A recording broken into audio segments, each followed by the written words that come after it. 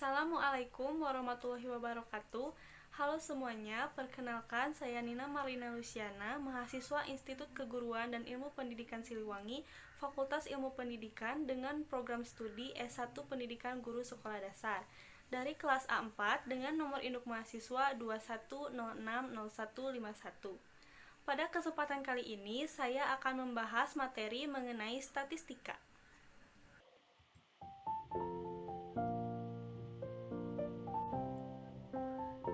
Pengertian statistik.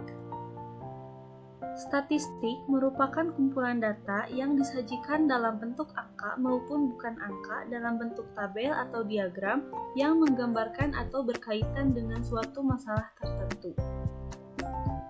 Kemudian ada pengertian statistika. Statistika adalah ilmu pengetahuan yang berhubungan dengan cara-cara pengumpulan dan penyusunan data, pengolahan data, dan penganalisisan data, serta penyajian data berdasarkan kumpulan dan analisis data yang dilakukan. Lalu, apa perbedaan data dan datum? Datum adalah informasi atau keterangan yang diperoleh dari suatu pengamatan yang berupa angka, simbol, atau sifat. Sedangkan data adalah kumpulan dari beberapa datum. Nah, di sini ada pengumpulan data. Yang pertama ada min. Min adalah nilai rata-rata suatu kelompok data, di mana rumusnya yaitu rata-rata sama dengan jumlah data dibagi banyak data. Nah, di sini saya akan memberitahu cara untuk mencari min. Di bawah ini adalah tabel nilai matematika siswa kelas 6. Nah, di sini ada sebuah tabel di mana kolom pertama berisi nilai dan kolom kedua berisi frekuensi atau banyak siswa. Siswa yang mendapat nilai 4 sebanyak 1 orang. Kemudian yang mendapat nilai 5 ada 6 orang. Yang mendapat nilai 6 ada 4 orang. Yang mendapat nilai 7 ada 7 orang. Yang mendapat nilai 8 ada 4 orang. Dan yang mendapat nilai 9 ada 3 orang.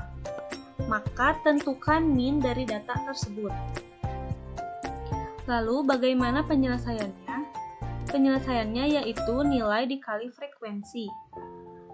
Nah, di sini ada 4 dikali 1 sama dengan 4. Maka seterusnya yaitu 5 dikali 6 sama dengan 30, 6 dikali 4 sama dengan 24, 7 dikali 7 sama dengan 49, 8 dikali 4 sama dengan 32, dan 9 dikali 3 sama dengan 27.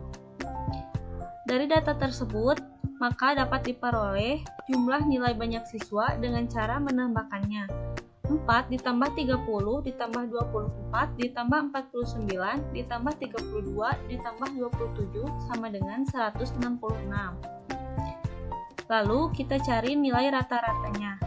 Nilai rata-rata sama dengan jumlah data dibagi banyak data, yaitu 166 dibagi 25, hasilnya adalah 6,64. Jadi, nilai rata-rata atau min-nya adalah 6,64. Lalu yang kedua ada median.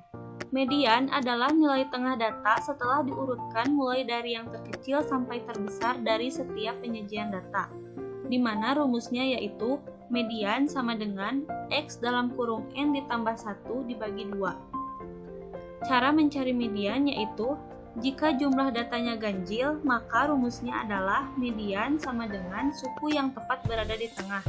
Sedangkan jika jumlah datanya genap, maka rumusnya adalah median sama dengan jumlah dua suku tengah dibagi 2. Nah, di sini ada sebuah contoh.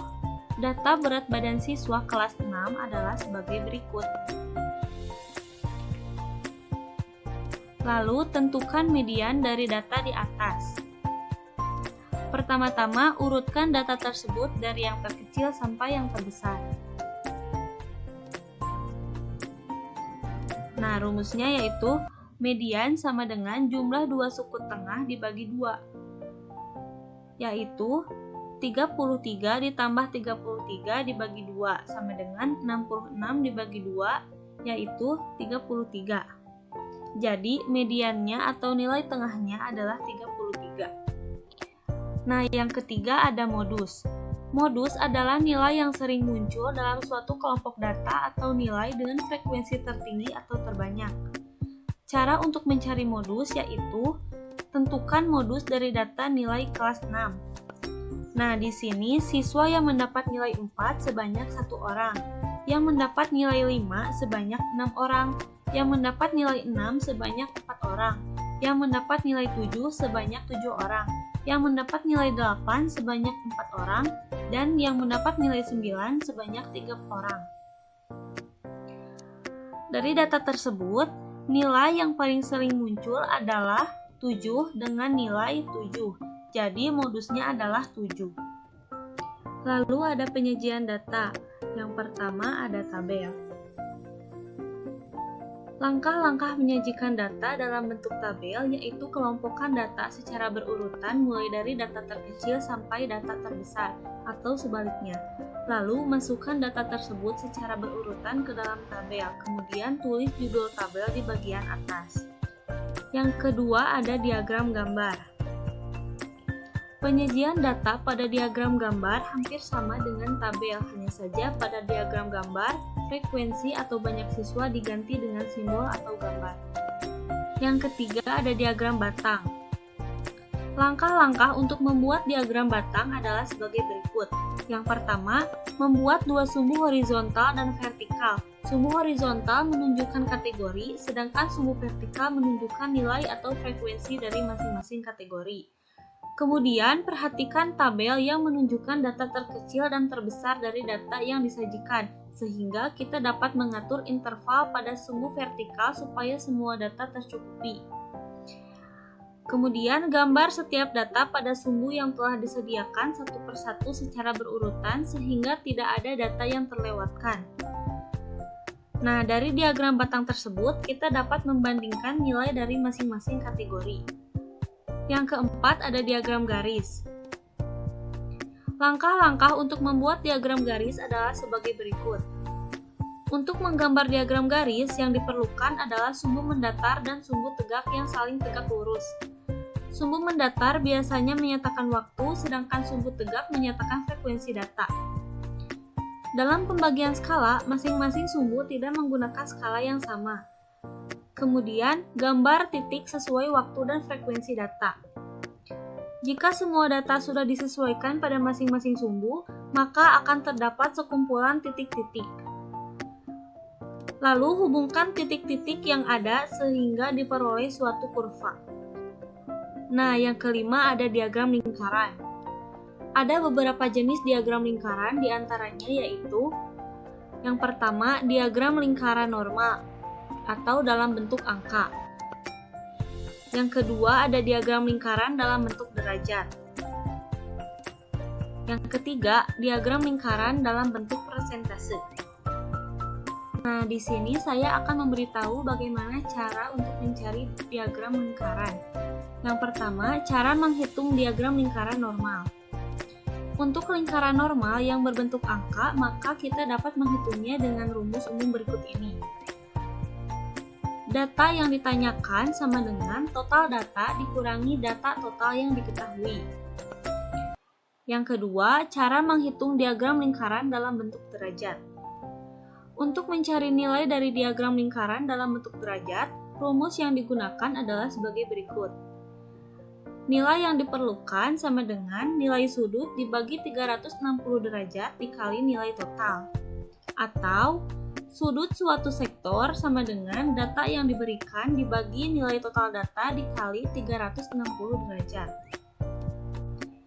Yang ketiga, cara menghitung diagram lingkaran dalam bentuk persen. Untuk bisa menentukan nilai persentase dari sebuah diagram lingkaran, cara yang bisa digunakan adalah sebagai berikut. Nilai yang diperlukan sama dengan persentase nilai yang ditanyakan dibagi 100% dikali nilai total. Atau persentase suatu sektor sama dengan data yang diberikan dibagi nilai total data dikali 100%. Nah, di sini ada contoh soal berikut pembahasannya. Nilai rata-rata ulangan matematika 15 siswa adalah 7,0. Jika nilai ulangan matematika Andri dimasukkan dalam kelompok tersebut, nilai rata-ratanya menjadi 7,125. Maka nilai ulangan Andri adalah, nah di sini ada pembahasannya. Pertama-tama kita cari jumlah nilainya. Jumlah nilai sama dengan 7 dikali 15 siswa sama dengan 105. Kemudian rumus yang dapat kita gunakan yaitu rata-rata sama dengan jumlah nilai dibagi banyak siswa. Kita masukkan rata-rata yang tadi 7,125 sama dengan jumlah nilainya 105 ditambah nilai Andri dibagi banyak siswa yaitu 15 ditambah Andri jadi 1.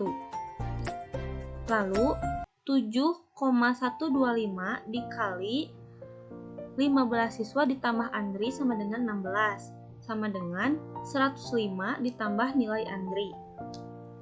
Lalu 7,125 dikali 16 hasilnya adalah 114 sama dengan 105 tambah nilai Andri. Nah, kita pindah posisi nilai Andri menjadi di bagian kiri. Nilai Andri sama dengan 114 dikurangi 105 sama dengan 9. Jadi, nilai ulangan Andri adalah 9. Nah, mungkin cukup sekian pembahasan mengenai statistika dari saya. Mohon maaf bila ada kekurangan. Wassalamualaikum warahmatullahi wabarakatuh.